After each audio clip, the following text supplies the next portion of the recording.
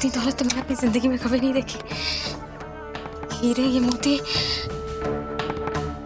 इन सब की कीमत तो करोड़ों में होगी। पायल बेटा, जाओ देख कर आओ जानकी वो कहाँ रहेगी।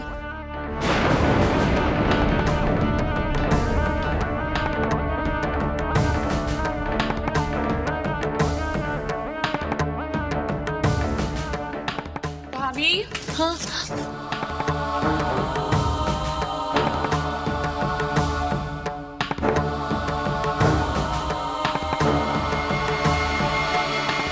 भाभी, वो सामान वाला आपका इंतजार कर रहा है, पैसे दे दीजिए उसे। हाँ, बस पैसे ही निकाल रही थी मैं।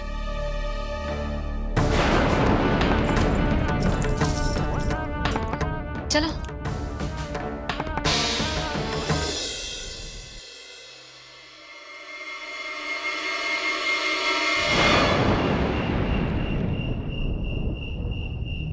आज कितना अच्छा लग रहा है ना, हम सब इकट्ठे बैठ के खाना खाएंगे।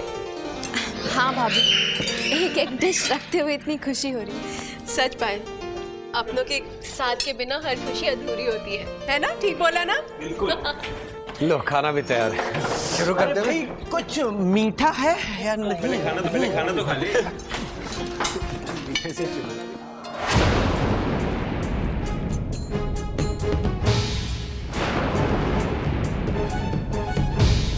अरे जानकी, तुम ये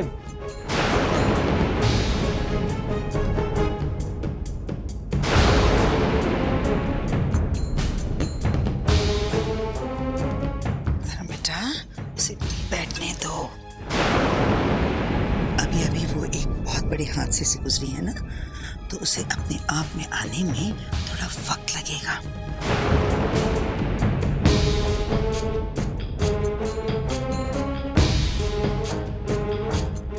तब तक वो जैसी चाहती है वही करने दो।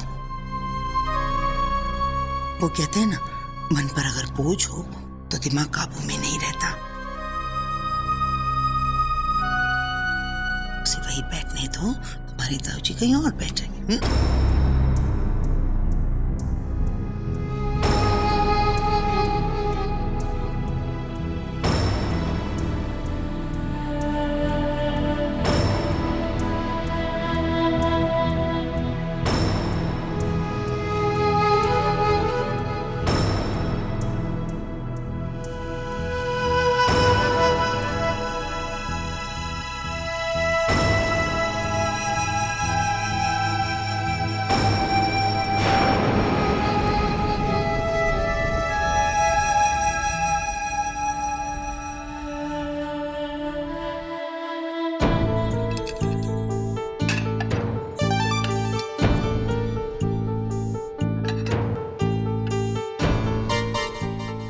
जानकी भाभी को क्या हो गया आजकल? मायके जाने से पहले कुछ और थी और मायके जाने के बाद कुछ और हो गई। आज से पहले तो उन्होंने कभी भी कोई बिल नहीं देखा, फिर आज जब वो बनिया सामान लेकर घर आया तो उसके साथ भावताल करके बहस करने लग गई। ये तो कुछ समझ में नहीं आ रहा। और भाभी का वो ताऊ जी की कुर्सी पर बैठना, अरे पहले तो कोई भूल से भी उस कुर्सी पर बैठ जाता था तो जानकी भाभी उसे डांट कर वहां से उठा देती थी। आज वो खुद ही उस कुर्सी पर जा बैठी।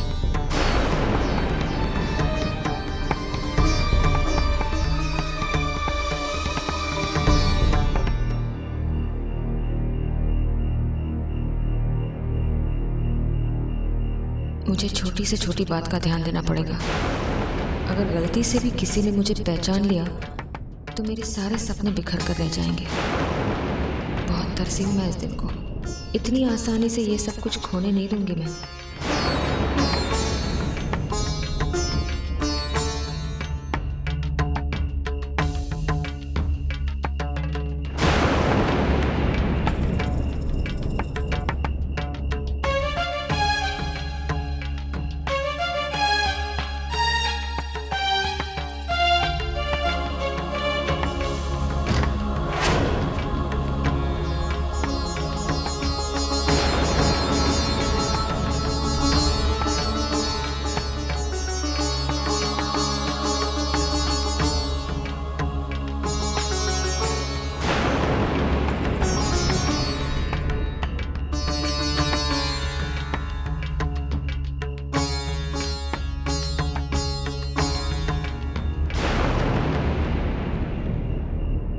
खुश तो बहुत होगी आज तू। तुझे जो जो चाहिए था वो सब कुछ तुझे मिल गया। जानकी की साड़ियां, उसके कीमती हीरे वाले जेवर, उसका बड़ापन, सब कुछ। जानकी की शक्ल का अच्छा फायदा उठाया तूने मेनका। पर तू ये भूल गई कि इस घर की बड़ी बहू होने के साथ साथ जानकी धर्म की पत्नी भी थी। पत्नी का मतलब समझती ना तू मेनका? जानकी का पत्नी धर्म निभा पाएगी तू? तूने अपनी बहन का सिंदूर मांग में सजा लिया, उसका मंगलसूत्र गले में डाल दिया, लेकिन इससे तेरा जो धर्म के साथ रिश्ता जुड़ गया है उसे अपना लेगी तू?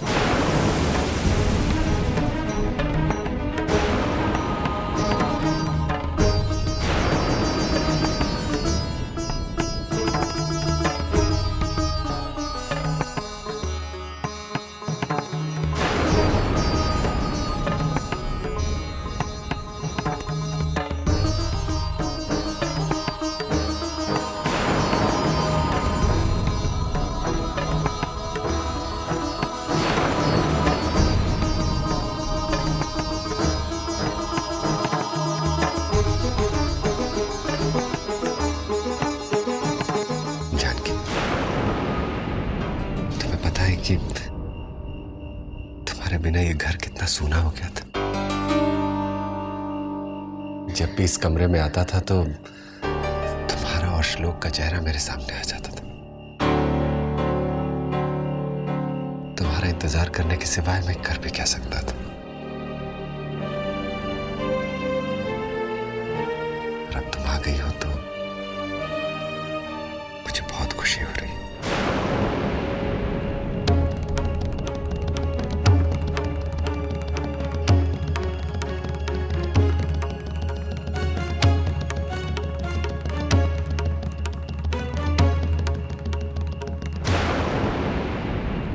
मेरी समझ में आया जानकी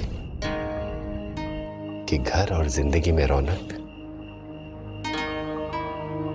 पत्नी और बच्चे से ही होती है।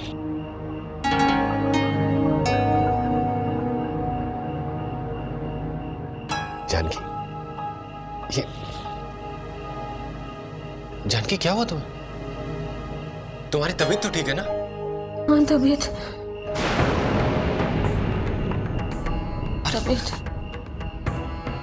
एक मिनट ये पानी पी। जानकी आओ, तुम यहाँ आराम करो। आओ जानकी। लगता है तुम्हारा बीपी फिर से बढ़ गया। मैं अभी रानी बहू को बुलाता हूँ, वो तुम्हारा बीपी चेक कर लेगी। नहीं नहीं, रानी को बुलाने की क्या जरूरत है? क्यों परेशान कर रहे हैं आप उसे? मैं ठीक हूँ, अभी सुबह चेक करवा लूंगी। नहीं, इसमें तुम्हारी कोई जिद नहीं चलेगी। सेहत के मामले में बिल्कुल लापरवाही नहीं बरतनी चाहिए। मैं अभी रानी बहू को बुला के लाता हूँ, वो बीपी चेक कर लेंगी तुम्हारा।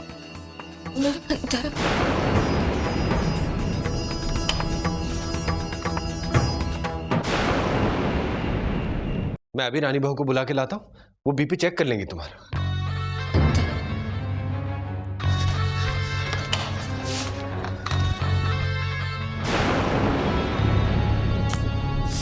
भगवान, डॉक्टर भी तो इसी घर में है। इंसान बहाना दे भी तो क्या दे। अब वो रानी आ जाएगी अपना तामझाम लेकर, और मेरा बीपी तो एकदम ही नॉर्मल है। घबराने की कोई बात नहीं भैया, अभी हम चेक कर लेंगे, सब ठीक हो जाएगा।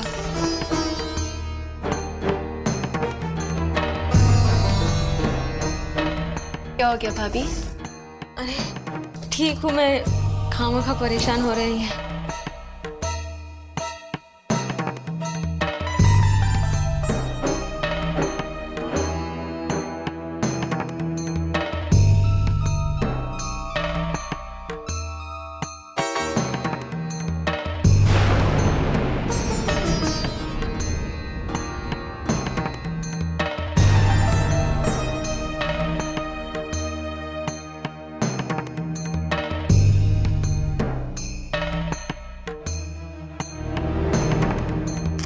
भैया आप खामखा इतनी चिंता कर रहे थे, बीपी एकदम नॉर्मल है। मैंने कहा था इनसे कि सब ठीक ही होगा, खामखा परेशान हो जाते हैं ये, और खामखा तुम्हें भी परेशान कर दिया। पर मेरी परेशानी अभी कम नहीं हुई है जानकी। रानी बहू, जानकी को अचानक क्यों चक्कर क्यों आ गया? इसके तो आंखों के सामने अंधेरा छा गया था। रानी बहू, तुम तो डॉक्टर हो, तुम्हें। भैया आप तो जानते ही हैं भाभी अभी कितना लंबा सफर तय करके आई है। थकान हो गई होगी, उसी की वजह से चक्कर आ गया होगा।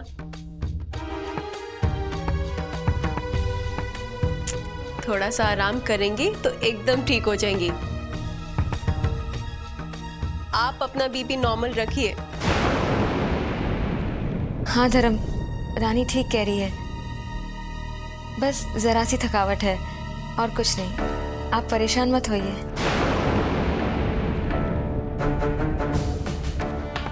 भाभी आप अच्छे से सोइए, ठीक है? सुबह मिलेंगे। Good night.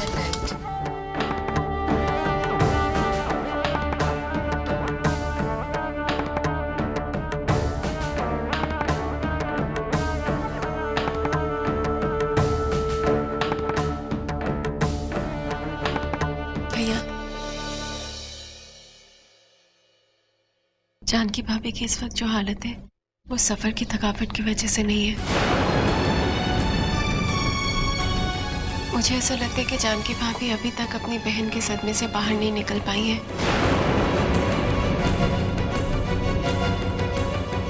उन्हें आराम की सख्त जरूरत है।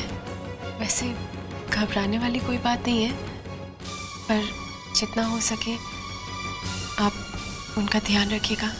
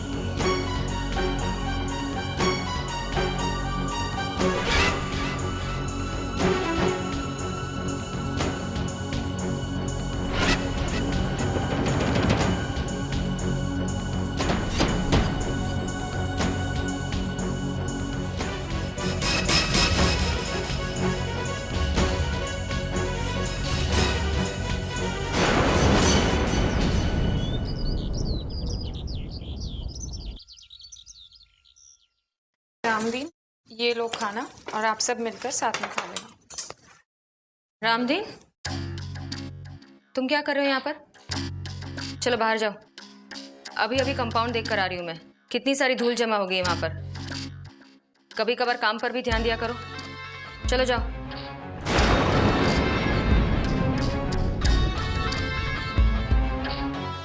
और ये तुम क्या कर रही हो पायल? इतना सारा खाना कोई नौकरों को थोड़ी ना देता है।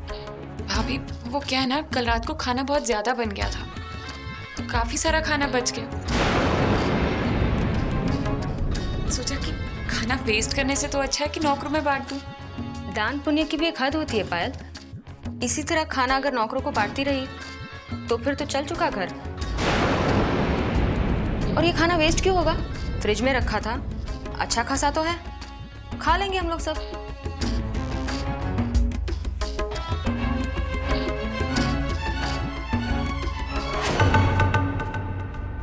जानकी भाभी, वो मुझसे गलती से खाना बहुत ज़्यादा बन गया, इतना सारा खाना बच गया। तो भाभी वो क्या है ना, मुझसे खाने का अंदाज़ा ठीक नहीं पड़ा। भाभी नेक्स्ट टाइम ऐसा मैं नहीं करूँगी, मैं ख्याल रखूँगी। सॉरी भाभी। अरे इसमें सॉरी की क्या बात है? अच्छा हुआ जो तुम्हारे हाथों से ज़्यादा खाना बन गया। इसी बहाने हमारे साथ साथ 2 और लोगों का पेट भी भर जाएगा। कहते हैं ना, जिसके घर में खाने का दान होता है उसके घर में भगवान की कृपा हमेशा बनी रहती है। जाओ, जाकर ये खाना नौकरों में बांट दो, बहुत दुआएं देंगे तुम्हें। पर भाभी, आप भी तो हमेशा कहा करती थी ना कि खाना बच जाए तो बांट दिया करो, दान पुण्य मिलता है। फिर आज आप ही इनकार कर रही हैं खाना देने से? मेरे कहने का मतलब वो नहीं जो तुम समझ रही हो। मैं तो ये कह रही थी कि तुमने कल जो दाल और सब्जी बनाई थी वो इतनी स्वादिष्ट थी कि जायका अभी तक रह गया। सच कहो तो मन ही नहीं भरा, तो सोचा कि उसी स्वाद का मजा आज लंच में भी क्यों ना लिया जाए। इसीलिए मना कर रही थी तुम्हें दाल और सब्जी देने से। अरे हाँ, आज गुड़िया ने मुझसे कहा है कि उसे फ्रूट सैलेड खाना है। कह रही थी ताई माँ मेरे लिए फ्रूट सैलेड बना दीजिए। अब गुड़िया की फरमाइश के लिए कैसे मना कर सकती हूँ मैं? तो चलिए फ्रूट सैलेड बनाने की शुरुआत करते हैं।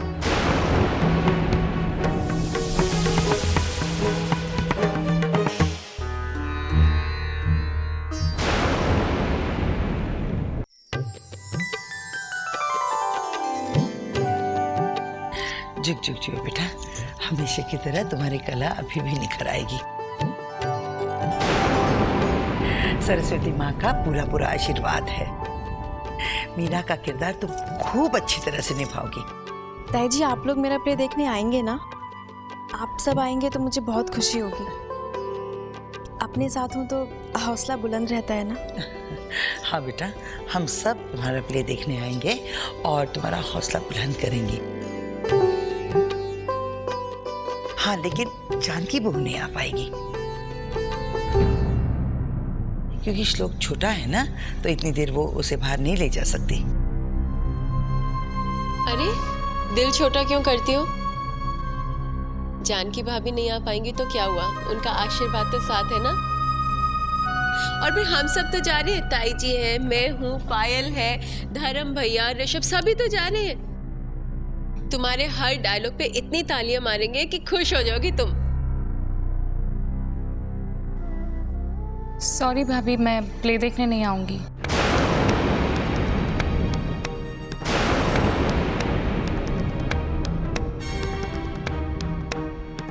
क्यों पायल? वो क्या ना, गुड़िया इतनी देर बैठ नहीं पाएगी, परेशान कर देगी हम सबको। तो बेटर है कि मैं जानकी भाभी के साथ ही घर पे बैठूं। देखो पायल, हमारा परिवार कितना बड़ा है।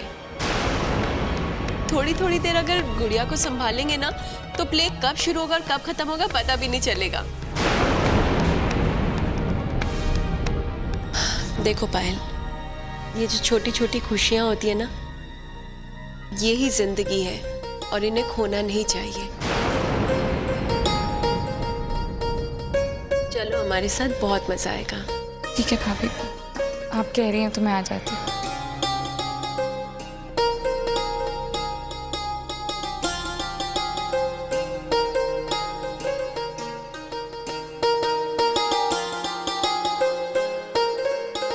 कुछ भी कहो, इस घर में सबसे ज्यादा रानी की ही चलती है।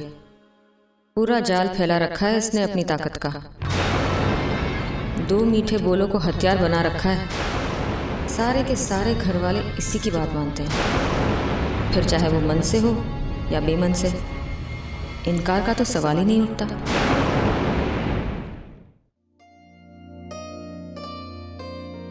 जानकी बहू, पोते की दादी हूँ ना, इसलिए कहीं बिना जा नहीं पाऊंगी। श्लोक को ठीक 7 बजे जूस पिला देना। हाँ, और ज्यादा खांसी हो ना तो हल्दी वाला दूध पिला देना। याद है ना डॉक्टर ने क्या कहा था, उसका ख्याल रखना चाहिए। और मौसम भी जरा ठंडा है, एसी मत चलाना। हाँ, और श्लोक को छोड़ के कहीं मत जाना, किचन तक भी नहीं। हाँ, वो जो कुछ भी बनाना है महाराज बना देंगे। बस हमारे आने तक श्लोक का ख्याल रखना।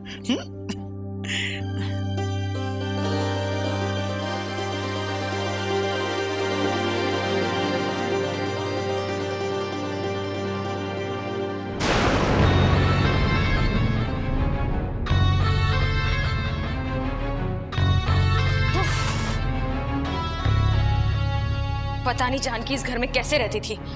यहाँ पर संविधान से ज्यादा नियम है। नहीं नहीं, यहाँ मत जाओ, ये मत करो। अरे वो नहीं खा सकती तुम, यहाँ मत बैठो। तंग आ गई हूं मैं ये सारी बातें सुन सुनकर।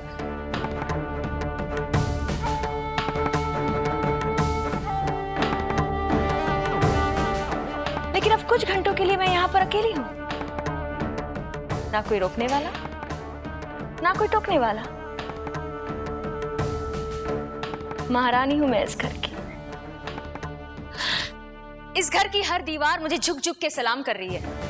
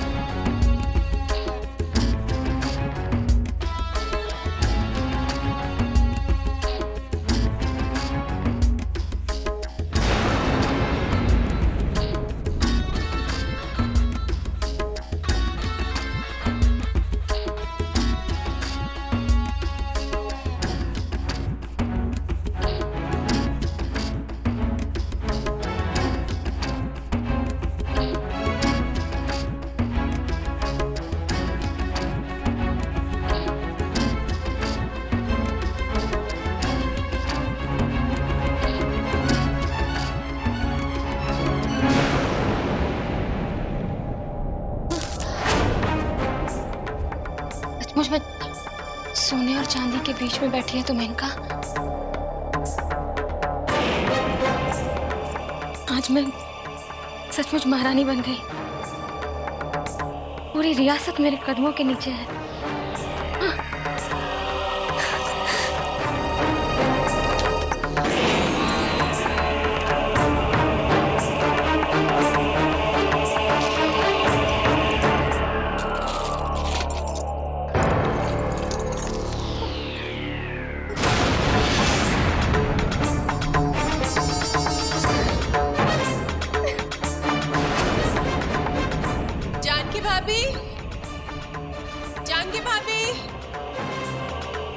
जानकी भाभी,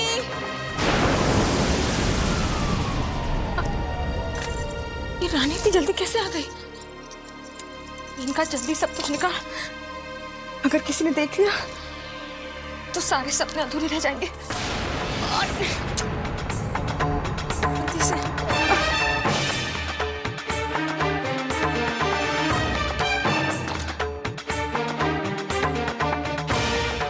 वरना मेरे सारे सपने ही टूट जाएंगे। जानकी भाभी,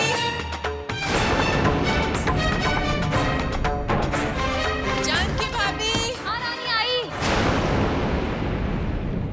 हाँ रानी, क्या हुआ? भाभी आप उस कमरे में और इतनी घबराती हुई क्यों आई है? कहाँ घबराई हूँ? अरे वो मैं अपनी सारी ज्वेलरी ठीक से रख रही थी उसमें। हाँ, तुम बताओ, तुम इतनी जल्दी कैसे आ गई? प्ले खत्म हो गया इतनी जल्दी? अरे नहीं भाभी, प्ले तो अभी शुरू भी नहीं हुआ है। एक बहुत बड़ी गड़बड़ हो गई। वो जो कॉस्ट्यूम वाला है ना, उसने हमारी रजनी को तैयार तो कर दिया मीरा की तरह, लेकिन लास्ट मिनट पे रुद्राक्षी माला टूट गई। अरे तो दूसरी नहीं दी उन्होंने? नहीं भाभी, यही तो मुसीबत है ना, उनके पास थी नहीं। और उसी वक्त मुझे ध्यान आया कि हमारी दादी साहेब एक रुद्राक्षी माला रखा करती थी। उनके स्वर्गवास के बाद मैंने तिजोरी में संभाल के रख दी। दीजिए चाबी दीजिए, मैं लेके आती हूँ। अरे नहीं नहीं, तुम रुको ना, मैं ले आती हूँ। अरे भाभी आप क्यों तकलीफ कर रही हैं? मैं ले आती हूँ। तो मैं लाती हूँ ना रानी, तुम भाभी आपको कैसे पता चलेगा मैंने कौन सी जगह पे रखी है? दीजिए चाबी दीजिए। अरे कितनी जिद कर रही हो तुम? कभी तो दूसरों की बात माना करो। मैंने कहा ना मैं ले आती हूँ। अरे मेरी बात का बुरा मत मानो रानी। क्या है ना, मैंने तुमसे अभी कहा था कि मैं सारी साफ सफाई कर रही थी, चीजें ठीक से रख रही हूँ, तो सारी चीजें बिखरी हुई पड़ी है। तुम्हें मिलेगी भी नहीं वो माला। मैं 2 मिनट में ले आती हूँ, बस इधर रुको।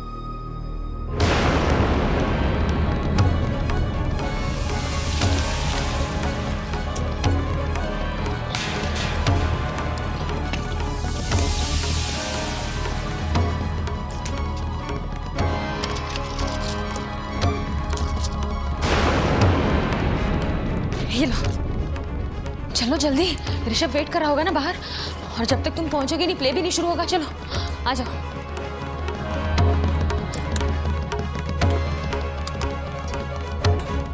बाय, जल्दी आना। हाँ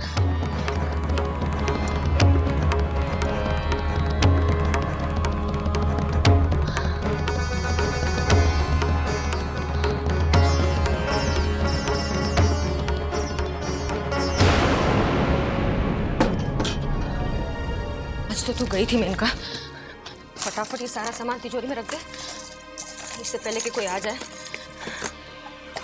सब कुछ पता चल जाए।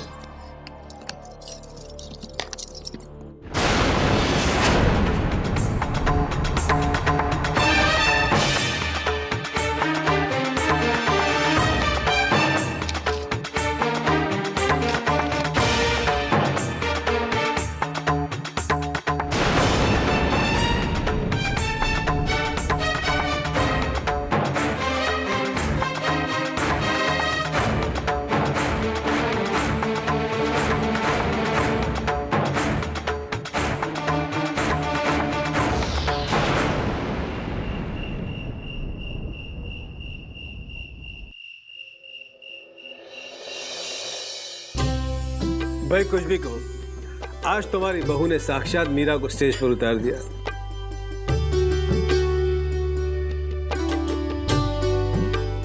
रजनी बेटा बहुत अच्छे, दिल खुश कर दिया तुमने।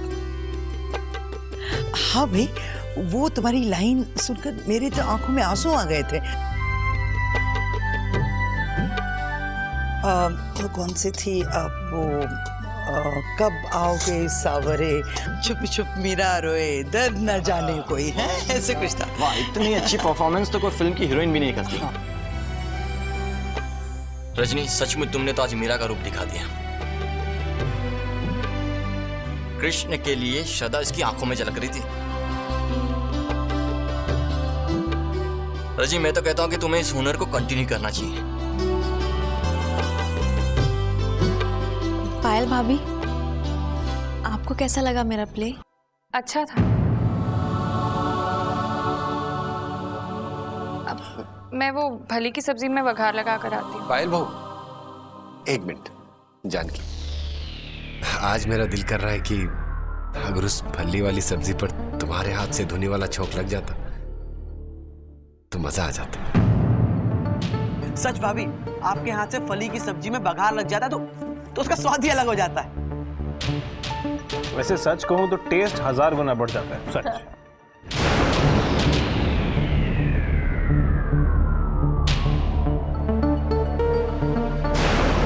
बनाइए ना भाभी प्लीज।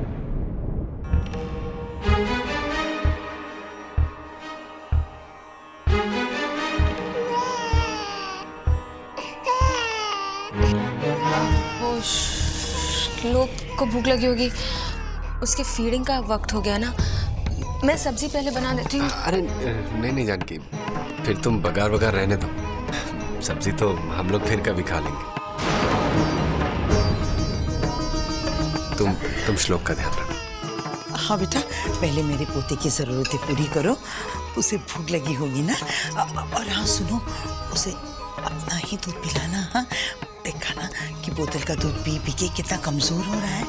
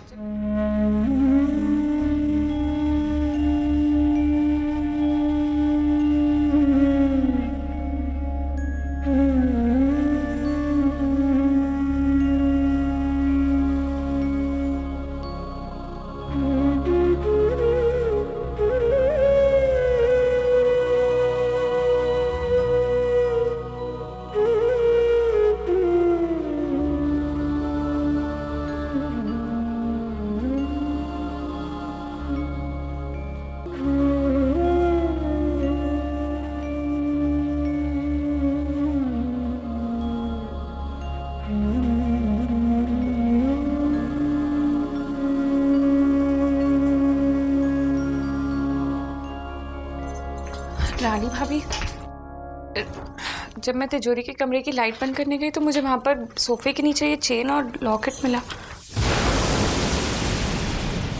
अभी दिखने में तो कीमती दिखता है, लगता है तिजोरी में से सामान निकालते वक्त किसी से ये वहीं पर गिर गया हो। फिर भाभी, तिजोरी की चाबी तो जानकी भाभी के पास होती है और वो तो कभी भी ऐसी लापरवाही नहीं बरतती। तो फिर ये लॉकेट वहां कैसे गिर गया? हाँ रानी, क्या हुआ? भाभी, आप उस कमरे में और इतनी घबराती हुई क्यों आई हैं? कहाँ घबराई हूँ? अरे वो मैं अपनी सारी ज्वेलरी ठीक से रख रही थी उसमें। खैर, ये हमारी गुड़िया पर कितना अच्छा लगेगा ना भाभी? अरे रानी बहू, वो तुम, अरे ये तुम्हें कहाँ मिला? जी ये वो सोफे के नीचे राम जी का लाख लाख शुक्र है बहू कि ये मिल गया। अरे इसे मैं कब से ढूंढ रही थी श्लोक के लिए। इसे उस पर बहुत जचेगा ना। हाँ?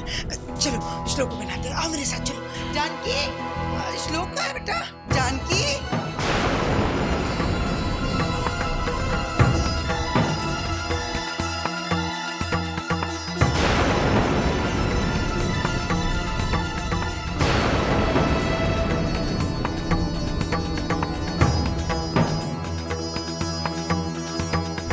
जानकी, जानकी, ये देखो, ये लॉकेट, ये श्लोक को पहना दो।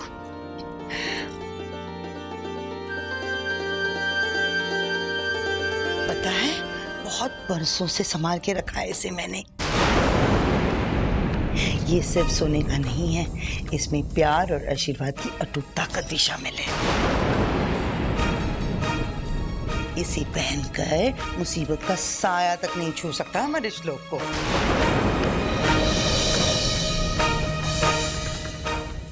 जब से श्लोक हुआ है मैं इसे ढूंढ रही थी, और वो कहते हैं ना, हर चीज का समय और विधान होता है।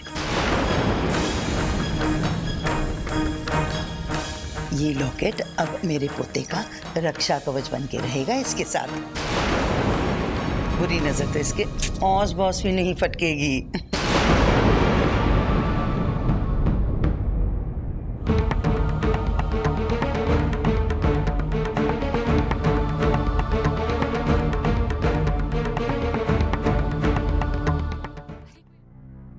ये लॉकेट अब मेरे पोते का रक्षा कवच बन के रहेगा इसके साथ।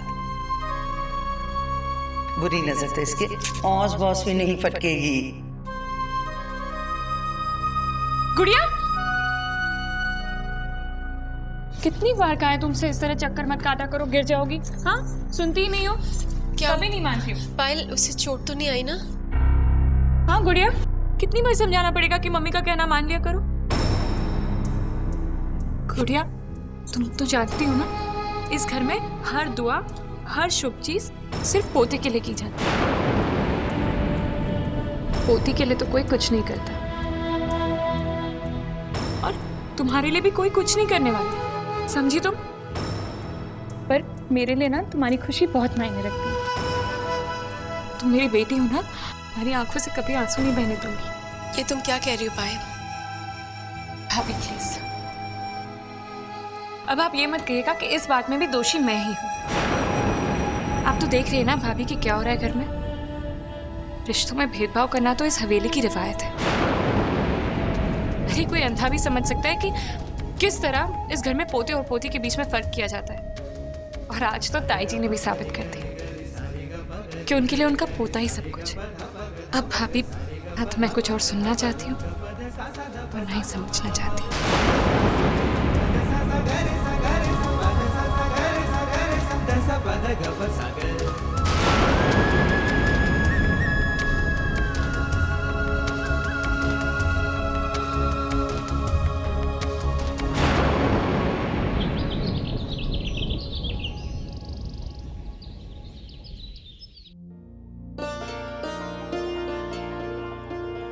क्या बात है ताई जी, आप कुछ ढूंढ रही हैं? हाँ कुछ है बेटा। बताइए ना ताई जी। हम आपकी मदद कर देंगे। गुड़िया अभी बताओ ए कहाँ है इसमें? हाँ, ए फॉर एप्पल। इसको कहाँ लगाएंगे? यहाँ पर। और अभी अरे इसमें मैं कोई भी बहू मदद नहीं कर सकती, इसे तो मुझे खुद ही ढूंढना पड़ेगा। ऐसी कौन सी चीज है ताई जी? बताती हूँ।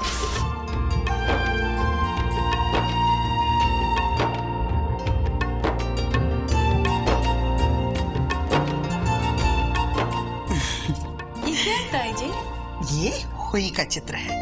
कल होली अष्टमी है ना, कल का दिन बहुत शुभ है।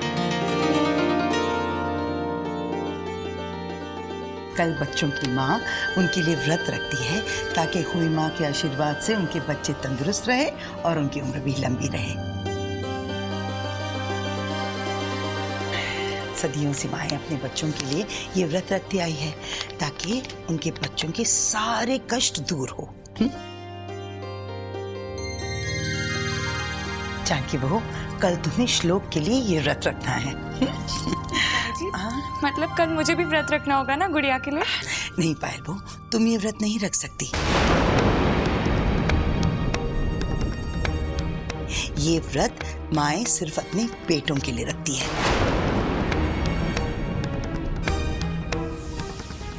रजनी, जाओ जरा पंडित को फोन लगाओ, कल की पूजा के लिए उनको न्योता देना है।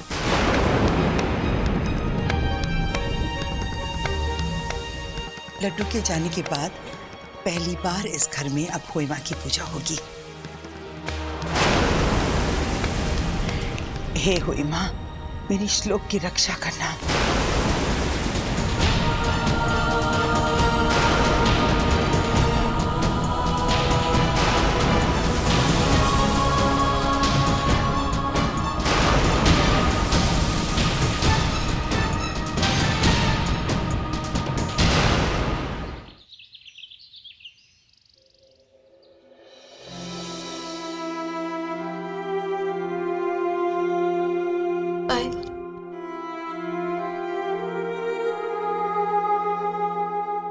देखा भाभी, सब कुछ एक बेटे के लिए किया जाता है, बेटे के लिए कुछ नहीं। एक माँ को अपनी बेटी के लिए प्रार्थना करने तक का भी हक नहीं, अपनी बेटी की सलामती के लिए व्रत रखने तक का अधिकार नहीं है।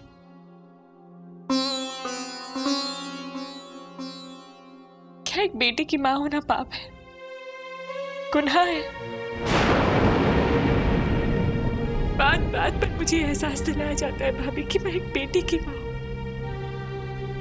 बात बात पर मुझे और मेरी बेटी को दूर किया जाता है, कभी रस्मों से तो कभी अधिकारों से। जब ताई जी ने श्लोक को लॉकेट पहना, तब भी मैंने दुख का घूंट पी लिया, खामोश खड़ी सब कुछ देखती रही। जब भी ताई जी श्लोक और गुड़िया के बीच में फर्क करती है, तब भी मैं कुछ नहीं कहती। पर आज तुम इतना भेदभाव।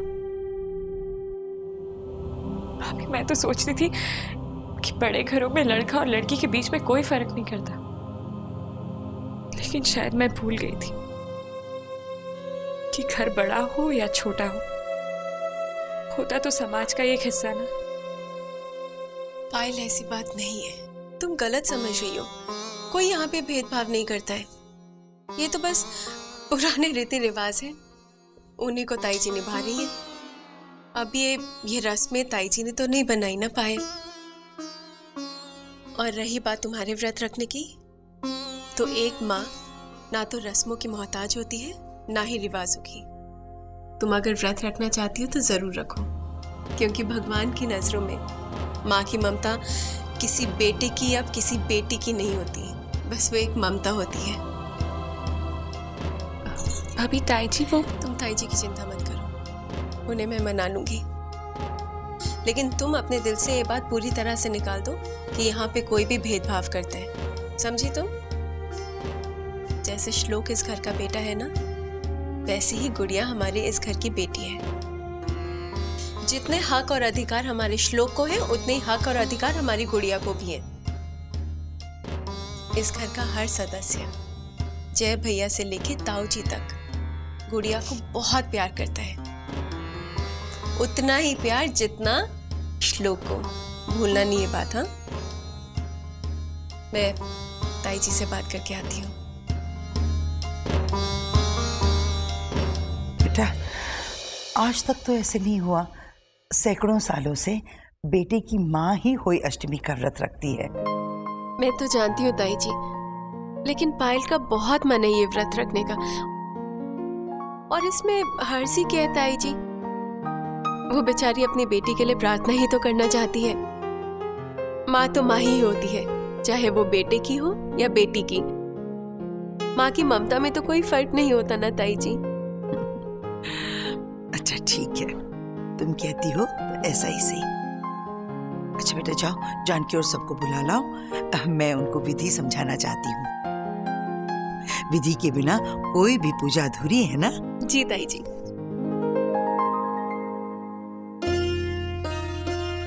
ये रहा, है ना? ये लो जानकी बहू, याद है तुम्हें कि श्लोक के जन्म पे मैंने तुम्हें एक हुई माँ की माला दी थी? कल सुबह नहाकर ये मनका उस होई की माला में पिरो देना। कल सुबह पूजा के वक्त ये माला होई माता की चरणों में रखनी है, ताकि इस मनके के द्वारा होई माता का आशीर्वाद श्लोक तक पहुंच सके। अब ये क्या नई मुसीबत है? ये कौन सी हुई की माला है? कहाँ से लाऊं ये माला? मैंने तो इसका नाम भी पहली बार सुना है। ताई जी, इसका मतलब कि जैसे जैसे वंश बढ़ता रहता है वैसे वैसे माला भी बढ़ती रहेगी? हाँ हाँ बिल्कुल। जब मेरी सासू माँ ने मुझे ये माला दी थी ना, तब उसमें 51 मनके थे। उसके बाद धर्म, विराट, ऋषभ, वरुण, जय, लड्डू, इनके जन्म के बाद ये एक एक करके बढ़ के 57 हो गए। और आज श्लोक के नाम का मनका भी इसमें जुड़ रहा है। राम जी की कृपा से और होई माँ के आशीर्वाद से राठौड़ खानदान की माला ऐसे ही बढ़ती रहे। होई माला कोई साधारण माला नहीं, इसे खानदान की निशानी और पूर्वजों का धरोहर माना जाता है। होई माला अगर घर में हो तो सुख और शांति का वातावरण बना रहता है। ताई जी मैं आती हूँ। मतलब ताई जी, मुझे भी तो व्रत रखना होगा ना, पूरे विधि विधान और रीति रिवाज के साथ। मुझे भी आस्था के नाम का मनका होई की माला में पिरोना होगा ना? नहीं पायल, ये तो वंश बढ़ाने वाले बेटों के नाम का होता है। आस्था तो बेटी है, तुम कैसे पिरो सकती हो उसके नाम का मनका? क्यों नहीं पिरो सकती मैं? बस बेकार की बहस नहीं। जब मैंने कह दिया कि नहीं पिरो सकती हो तो नहीं पिरो सकती हो। आस्था इस कुल की वंशज नहीं है, वो तो एक बेटी है। होई की माला कुलवृद्धि का संकेत है, परंपराओं का प्रतीक होती है। रीति रिवाजों के डोर से इस खानदान के मन की उसमें पिरोए गए हैं। वो परंपराएं जो बरसों से शास्त्र और धर्म से जुड़ी हुई हैं, वो यूं ही किसी के जिद के लिए मैं नहीं टूटने दूंगी। वो तो रानी ने मुझसे कहा था, इसलिए तुम्हें मैंने व्रत रखने की इजाजत दी। इसका मतलब ये नहीं कि तुम व्रत की परंपरा ही बदल दो। तुम्हें व्रत रखना है रखो, पर आस्था के नाम का मनका पिरोने की जिद भूल जाओ। तुम्हारी ये जिद मैं कभी पूरी नहीं होने दूंगी, कभी नहीं।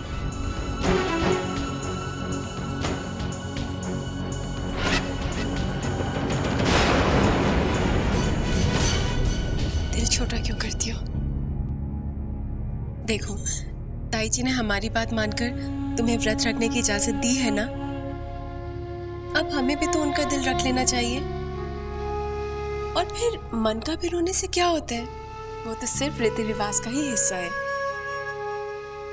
भगवान तो सिर्फ अपने भक्त की श्रद्धा देखते हैं, और श्रद्धा का संबंध प्यार और आस्था से होता है। चलो।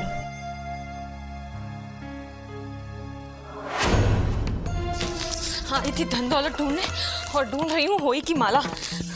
ये जानकी तो चली गई, पता नहीं होई की माला कहाँ छोड़कर गई। हे भगवान, अगर कल तक मुझे होई की माला नहीं मिली तो वो ताई जी तो मेरा जीना हराम कर देंगी। कहाँ ढूंढूं ये माला? क्या करूं मैं? क्या बहाना बनाऊं? तबीयत खराब है ये भी तो नहीं बोल सकती। घर में ही डॉक्टर है, इसी घर में आना था क्या? भाभी, क्या हुआ भाभी? कुछ ढूंढ रही थी क्या? हाँ रानी, वो कल पूजा है ना, तो ताई जी ने कहा कि लाल साड़ी पहननी है। कब से ढूंढ रही हूँ, मिल ही नहीं रही लाल साड़ी। पता नहीं कहाँ रखी, कुछ याद ही नहीं आ रहा मुझे।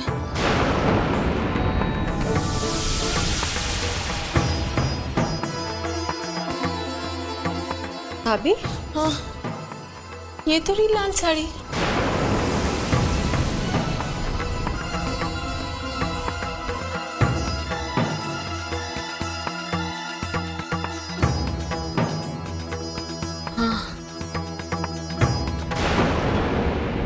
नजर ही नहीं आई, पता नहीं। अच्छा छोड़िए, ताई जी ने सेट आपके लिए भिजवाए हैं। पूजा में आपको यही पहनना है। चलती हूँ। हाँ।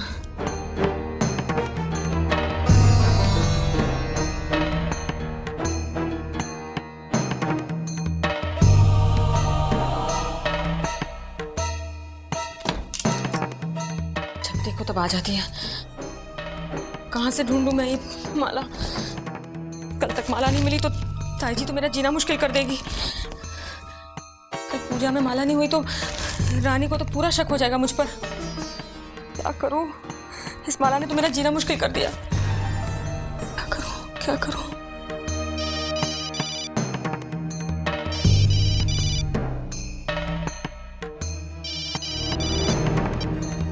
हेलो मेनका बेटे, क्या तुम जानकी की दुनिया में इतनी मगन हो गई हो कि अपने बाबा तक को भूल गई? अब ज्यादा प्रेम दिखाना बंद कीजिए। बताइए क्या काम है, क्यों फोन किया इस वक्त? मतलब की बात सुनना ही चाहती तो सुनो। मैं ये पूछना चाह रहा था कि महलों का सुख भोगते भोगते क्या तुम हमारा सौदा भूल गई हो? क्या है ना कि कुछ बातें दोहरानी पड़ती है बार बार, वरना वो बातें ठंडी पड़ जाती है। ये मत भूलो कि जो श्रृंगार तुम जानकी का करके बैठी हो ना, उसकी कीमत तो मैं अपने बाबा को भी देनी है। वो जमीन किसी भी कीमत पर मेरे नाम करवानी है तुम्हें। याद है मुझे वो सब कुछ, लेकिन इस वक्त वो मुमकिन नहीं है। इस वक्त मैं खुद मुसीबत में हूँ। यहाँ मुसीबतों की बाढ़ आई हुई है और आपको अपने जमीन की पड़ी है। क्यों? ऐसा क्या हुआ? ये पूछे क्या नहीं हुआ। हर रोज मुझे यहाँ जानकी होने का सबूत देना पड़ता है। आज एक नई मुसीबत सामने आ गई है। वो ताई जी है ना, उन्होंने जानकी को कोई होई की माला दी थी और कल पूजा है, पूजा में वो माला चाहिए। अब अगर माला नहीं मिली तो यहाँ पर सबको शक हो जाएगा और सब लोग मुझे धक्के मारकर घर से निकाल देंगे। फिर ना मिलेगी जमीन और ना मिलेगी जायदाद। पर वो जमीन मुझे किसी भी कीमत पर चाहिए। अब एक ही रास्ता है तुम्हारे पास। ये बात ध्यान से सुनो।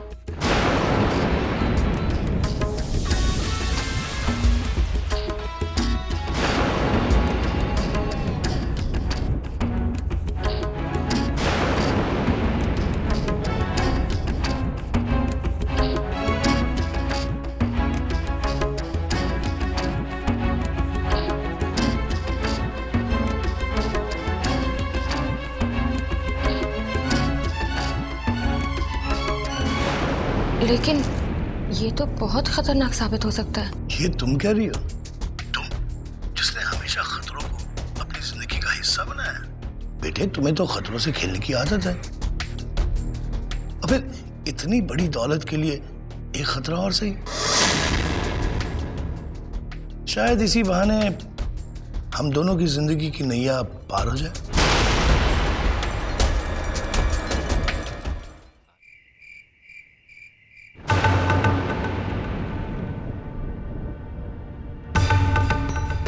बेटे, तुम्हें तो खतरों से खेलने की आदत है। और फिर इतनी बड़ी दौलत के लिए एक खतरा और सही।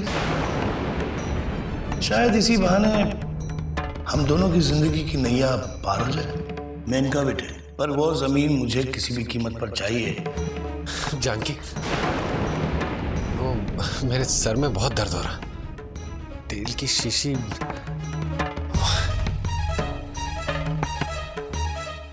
तुम्हारे हाथों से तेल मालिश हो जाए ना तो दर्द गायब हो जाएगा। लगा दो ना। आज बहुत टेंशन रही है, पता नहीं कैसे। आज ऑफिस में भी बहुत काम था तो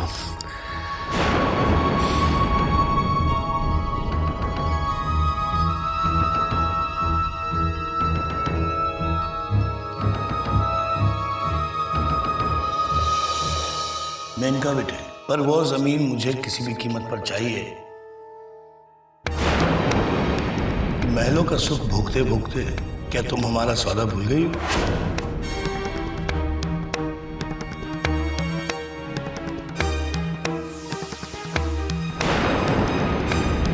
ये मत भूलो, जो श्रृंगार तुम जानकी का करके बैठी हो उसकी कीमत तुम्हें अपने बाबा को भी देनी है।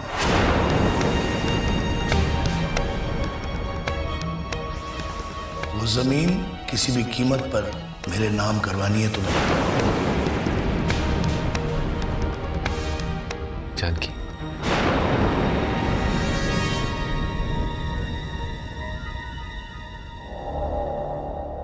आज तुम पकड़ी ही गई।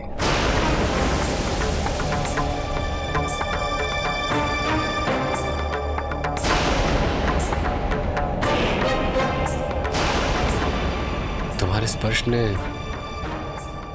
तुम्हारा राज खोल दिया। मैं कई दिनों से महसूस कर रहा हूं कि तुम मेरी जानकी नहीं हो।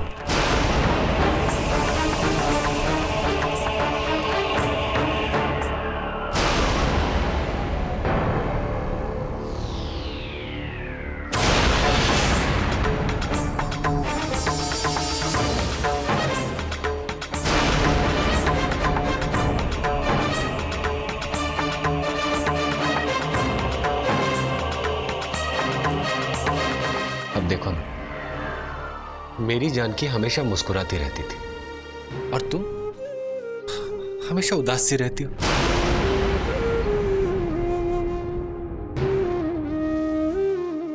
देखो जानकी, मैं जानता हूं कि तुम्हारे बहन के हादसे से तुम्हें बहुत बड़ा सदमा पहुंचा, पर पति पत्नी का धर्म सिर्फ ये तो नहीं होता ना कि वो आपस में एक दूसरे के सुख बांटे। हमें एक दूसरे के दुख में भी एक दूसरे का सहारा बनना चाहिए। तुम हमेशा यूं ही मन ही मन घुटती रहोगी तो क्या मैं खुश रह पाऊंगा? क्या ये परिवार खुश रह पाएगा? देखो जानकी, तुम्हारे मन में जो भी चिंता है, जो भी दर्द है, तुम बिना झिझक मुझसे कह सकती हो। इस परिवार के किसी भी सदस्य से बात कर सकती हो। वो कहते हैं ना कि दर्द जब शब्दों का रूप ले लेता है तो मन का बोझ हल्का हो जाता है। और मुझे तुम्हें यह बताने की तो जरूरत नहीं है ना कि इस परिवार के लोग तुम्हें कितना चाहते हैं, तुम्हारी खुशी कितना मायने रखती है उनके लिए।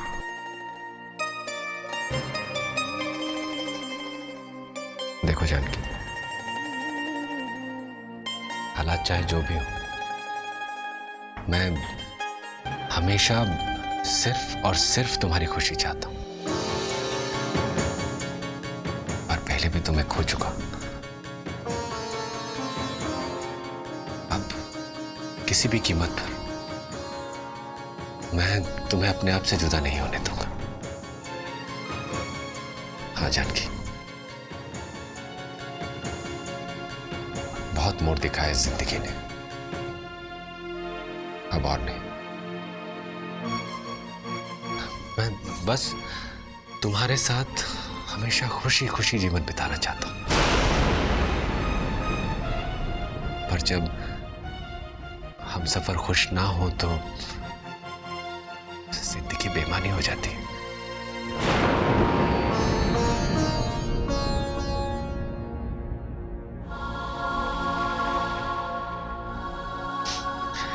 अब देखो ना, बातों बातों में तुम मुझे दवाई देना ही भूल गई।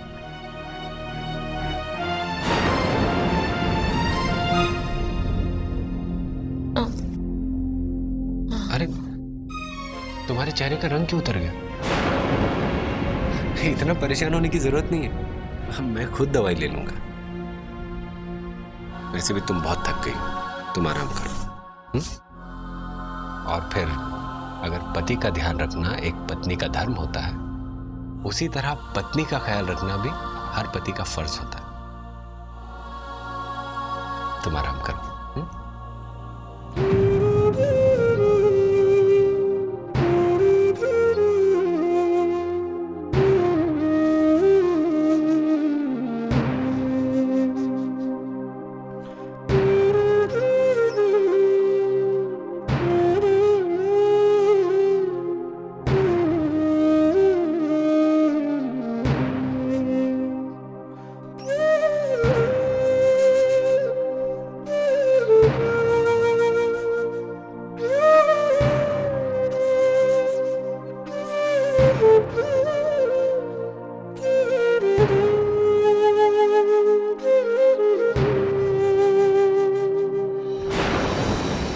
मेनका बेटे, वो जमीन किसी भी कीमत पर मेरे नाम करवानी है तुम्हें। अबे इतनी बड़ी दौलत के लिए एक खतरा और सही, शायद इसी बहाने हम दोनों की जिंदगी की नैया पार हो जाए।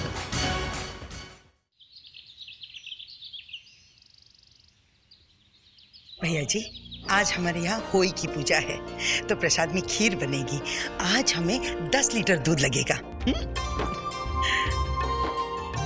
अरे रानी बहू, सुबह से जानकी बहू नहीं दिख रही है। हाँ, जाओ जरा पता कराओ कहाँ है तुम्हारी जेठानी। जी, अपने कमरे में ही होगी, देख के आती हूँ।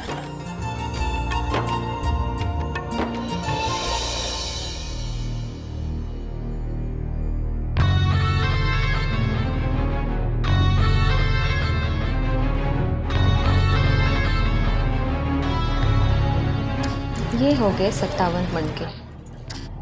ताई जी की माला में जितने मणके चाहिए थे उतने, ना एक कम ना एक ज्यादा। खानदान की वंशमाला ऐसी दिखती होगी। ये पैक कर दीजिए। ये लीजिए, गिन लीजिए। Thank you. चलो, माला तो मिल गई। अब मैं इसे पूजा में रख दूंगी और किसी को पता भी नहीं चलेगा। ताई जी, क्या हो बेटा? ताई जी वो तो अपने कमरे में भी नहीं है। कमरे में भी नहीं है, फोन भी ऑफ रखा है। कहाँ चली गई ये? ताई जी फिक्र मत कीजिए, जानकी भाभी यहीं कहीं गई होंगी, गार्डन में होंगी या बाहर सड़क पे गई होंगी श्लोक के साथ वॉक करने। मैं देख के आता हूं।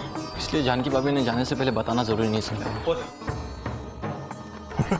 कहाँ गई थी आप? अरे कहाँ चली गई थी तुम? हम कितने परेशान थे। अरे होश ही उड़ गए थे हमारे बेटा। सॉरी ताई जी, वो श्लोक के वैक्सीन का दिन था ना आज, तो इसीलिए सुबह सुबह निकल गई मैं। लेकिन भाभी, वैक्सीन तो अगले 15 दिन में कभी भी करा सकते थे। आपको आज ही जाने की क्या जरूरत थी? और जाना ही था तो बताकर जाती ना। चलिए कोई बात नहीं, अब आप आ ही गई हैं तो अच्छा हुआ, नहीं तो मैं और जय तो सोनगढ़ तक जाने वाले थे आपको ढूंढने, बस निकल ही रहे थे। खैर, जो हुआ सो हुआ। आज बहुत ही शुभ दिन है। आज सिर्फ खुशियों की बात की जाएगी। आज हमारे खानदानी माला में एक और मनका जुड़ेगा और उसी की पूजा होगी। अरे तुमने सुबह से कुछ खाया तो नहीं ना? देखो बेटा, आज होई की पूजा है। होई की पूजा एक यज्ञ की बराबर होती है। 1000 मंत्रों का फल मिलता है एक होई की पूजा करने से।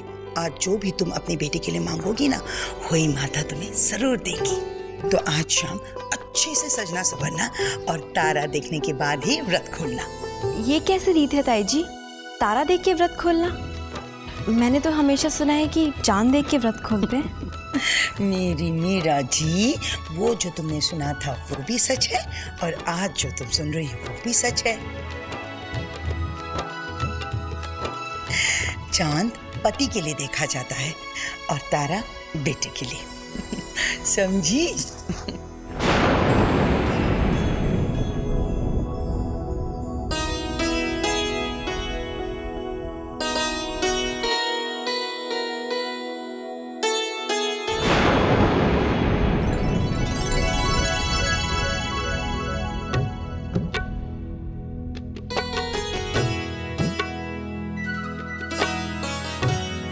थाली ले आइए।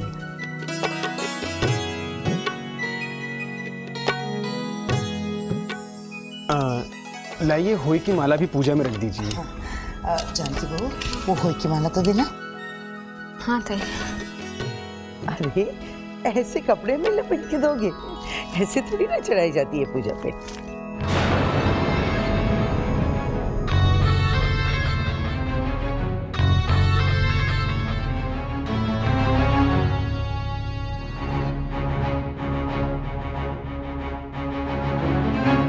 ये वंश की माला कुछ अलग ही लग रही है। नहीं ताई जी, अलग कहाँ है? वो तिजोरी में काफ़ी टाइम से पड़ी थी तो बहुत धूल जमी हुई थी उस पर और ख़राब भी हो गई, तो मैंने अच्छी तरह से साफ कर दिया, इसलिए ऐसी दिख रही है वो ताई जी।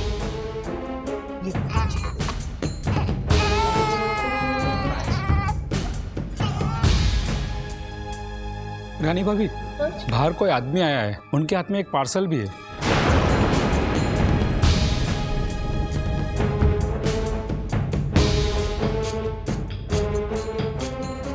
कहिए, किससे काम है आपको? मैडम वो मुझे जानकी जी से काम था। वो तो इस वक्त पूजा में व्यस्त हैं। आप मुझे बता दीजिए क्या काम है। जी ये लीजिए। जी दरअसल हम जानकी जी से माफ़ी मांगने आए थे। वो बात ये है कि कोई महीना भर पहले जानकी जी हमारी दुकान पर आई थी और उन्होंने हमें ये ठीक करने के लिए दिया था। उसके बाद न तो जानकी जी आई और ना ही उनका कोई फ़ोन आया और मेरे दिमाग से भी बात निकल गई। आज अचानक जब ये मुझे मिली तो मुझे ध्यान आया कि जानकी जी ने मुझसे कहा था कि होली अष्टमी के दिन उन्हें माला की जरूरत पड़ेगी। बिना इसके होली की पूजा संपन्न नहीं हो सकती। तो बस फिर फौरन चलाया इसे लेकर यहाँ पर।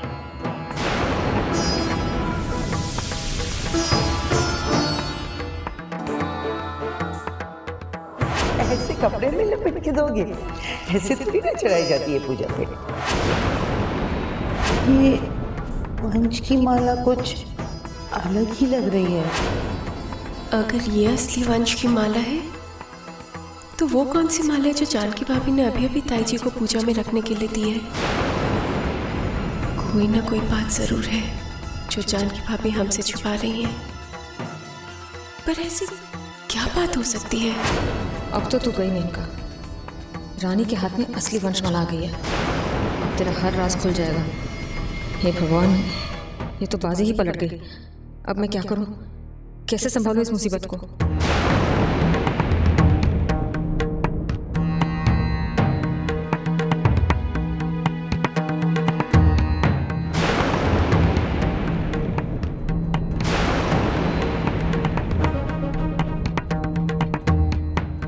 रानी, मुझे कुछ बात करनी है, चलो ना जरा यहाँ।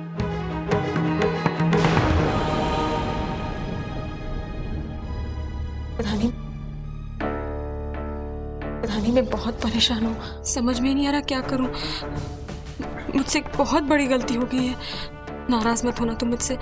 वो अपनी वंशमाला है ना, वो कहीं रखकर भूल गई मैं। बहुत ढूंढा, बहुत याद करने की कोशिश की, लेकिन याद ही नहीं आ रहा है। हाँ रानी, और ताई जी को पता चल गया तो वो क्या सोचेंगी, ये सोच सोच कर मेरी नींद ही उड़ गई है। 30 सालों से उन्होंने वो माला संभाल कर रखी और मैंने वो माला खो दी। ताई जी को पता चलेगा तो वो तो यही सोचेंगे ना कि कैसी गैर जिम्मेदार बहू है मेरी, हमारी वंशमाला घुमा दी इसने। बहुत डर लग रहा है मुझे, इसीलिए इसी डर में रानी मैंने ज्वेलर से एक नई माला बनवा ली और वहां पूजा में रख दी। लेकिन सच कहूं, उस नई माला को वहां पूजा में देखकर मेरे दिल, मेरी आत्मा को सुकून नहीं मिल रहा। कब से यही सोच रही हूँ कि क्या फायदा है इस व्रत का जो झूठ की नींव पर किया हो।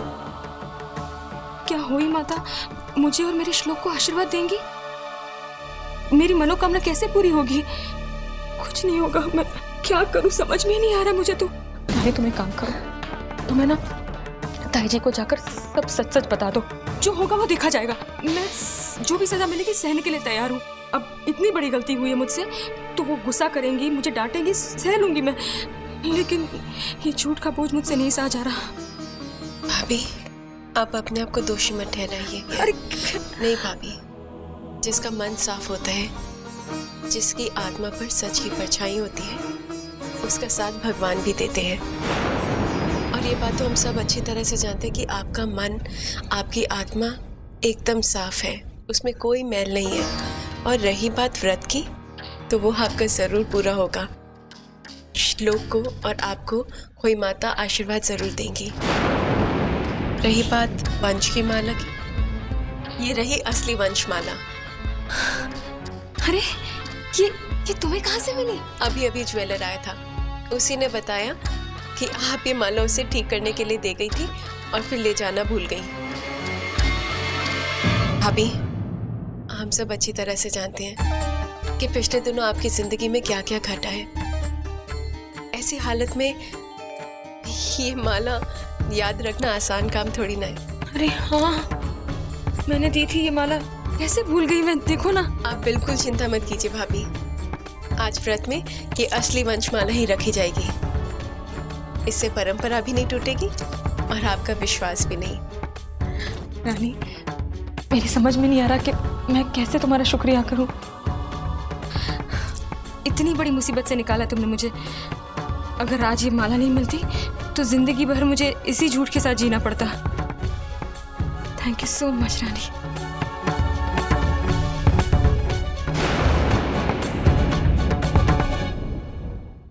विश्वानिदेव सर्वदूतानि प्राश्वदं तन्नाश्वे। ओम विश्वानिदेव सर्वदूतानि प्राश्वदं तन्नाश्वे। ओम भूर्भुवः स्वः तस्मैं भर्गो देवस्य धीमहि प्रचोदयात्। ओम भूर्भुवः स्वः तस्मैं भर्गो देवस्य धीमहि प्रचोदयात्। रानी, यहाँ पर जो सब बैठे हैं सबके सामने ओम विश्वानिदेव सर्वदूतानि प्राश्वदं तन्नाश्वे। ओम विश्वानिदेव सर्वदूतानि प्राश्वदं तन्नाश्वे। ओम भूर्भुवः स्वः तस्मैं भर्गो देवस्य धीमहि धियो न प्रचोदयात्। ओम भूर्भुवः स्वः तस्मैं भर्गो देवस्य धीमहि धियो न प्रचोदयात्। हाँ, लाइए।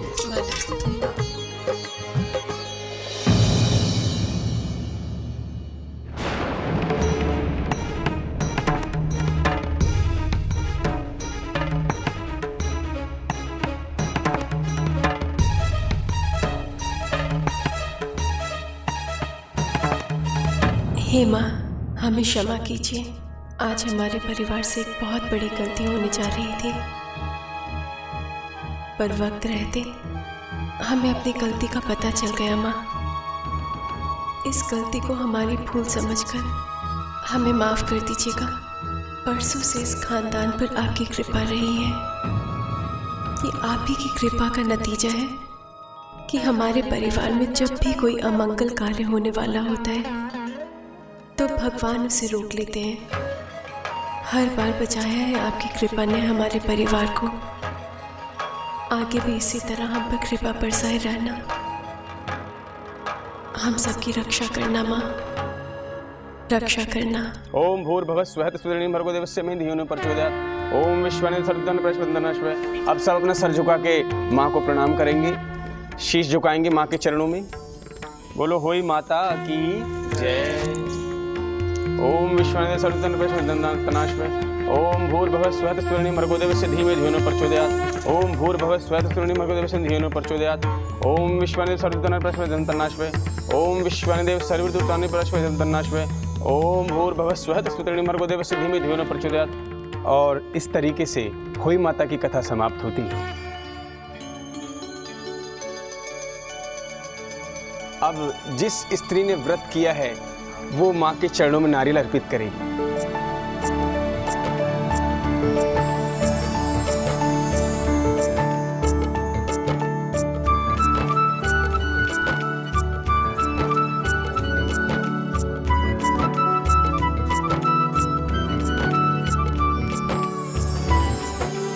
नहीं नहीं, आप माँ के चरणों में नारियल नहीं रख सकते।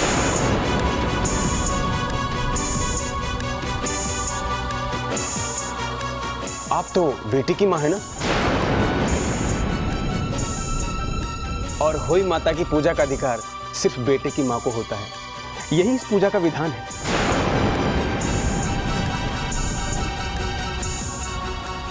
माफ कीजिए पंडित जी, मैं किसी परंपरा का अपमान नहीं करना चाहती, लेकिन बेटी भी तो भगवान ने ही बनाई है, और ये जो रीति रिवाज है ये पहले के लोग अपने हिसाब से बना के चले गए।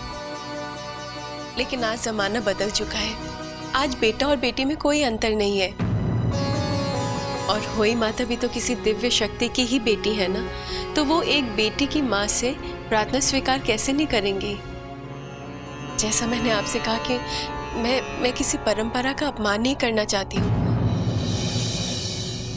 लेकिन पंडित जी मैं एक माँ को मायूस भी नहीं देखना चाहती। आप प्लीज मेरी विनती स्वीकार करके पायल का नारियल भी चढ़ा दीजिए। लाइए। पायल, नारियल चढ़ा दो।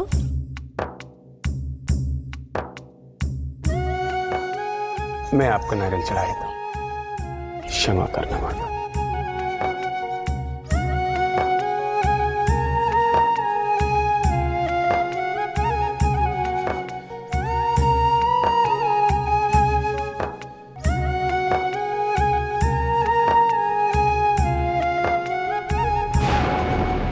नहीं पायल, ये तो वंश बढ़ाने वाले बेटों के नाम का होता है। आस्था तो बेटी है, तो कैसे पिरो सकती है उसके नाम का मन का?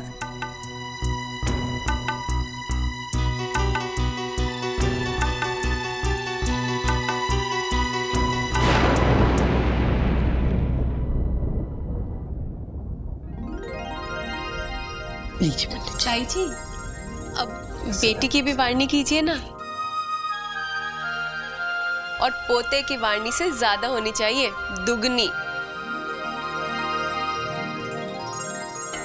कहते ना बेटी तो लक्ष्मी का रूप होती है।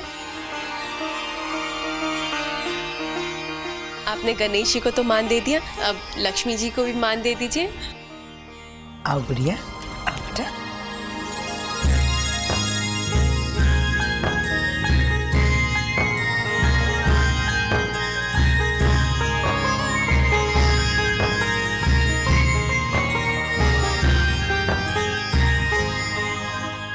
ये लो पंडित जी। अब आप लोग अपनी सास के चरण छूकर उनका आशीर्वाद लेंगे।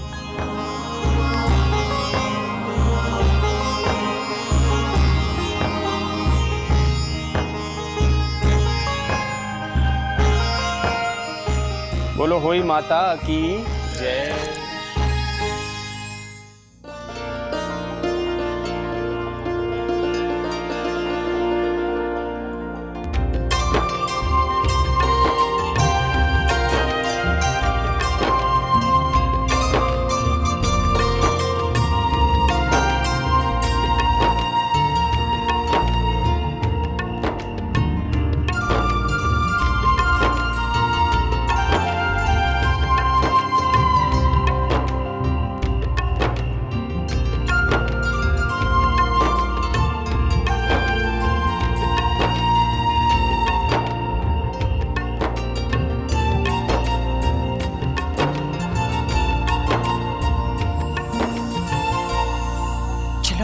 तो मेरी प्रतीक्षा भी खत्म हो गई, तारा भी दिख गया। नीचे चल के व्रत खोल दो, चलो।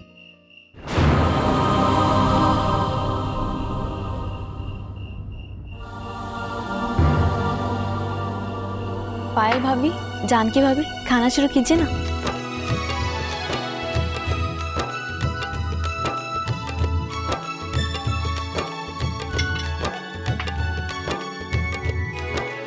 ये तुम क्या खा रही हो बेटा? क्या तुम भूल गई कि तुम श्लोक को अपना दूध पिलाती हो? ऐसी नमकीन और चटपटी चीजें खाओगी तो मेरे पोते को कितनी तकलीफ होगी। क्यों डॉक्टर साहिबा, मैंने कुछ गलत कहा? हाँ ताई जी, आप बिल्कुल ठीक कह रही हैं। हमारी मेडिकल साइंस भी यही कहती है कि बच्चे के लिए माँ का दूध सबसे अच्छा होता है, उसमें सबसे ज्यादा पौष्टिक आहार होते हैं। इसीलिए माँ को नियम के साथ और अच्छा खाना खाना चाहिए। सुन लिया, अब बिल्कुल चटपटी चीजें नहीं खाऊंगी। देखो रजनी, आज से तुम्हारे जानकी भाभी का खाना बिल्कुल सादा होना चाहिए, न ज्यादा तेल न ज्यादा मिर्ची।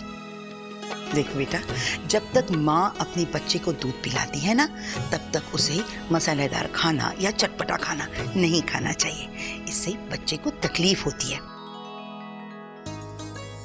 ले जाओ इसे, जाओ, तुम दूसरा कुछ खा लो, ये खा लो, सैलेड लो।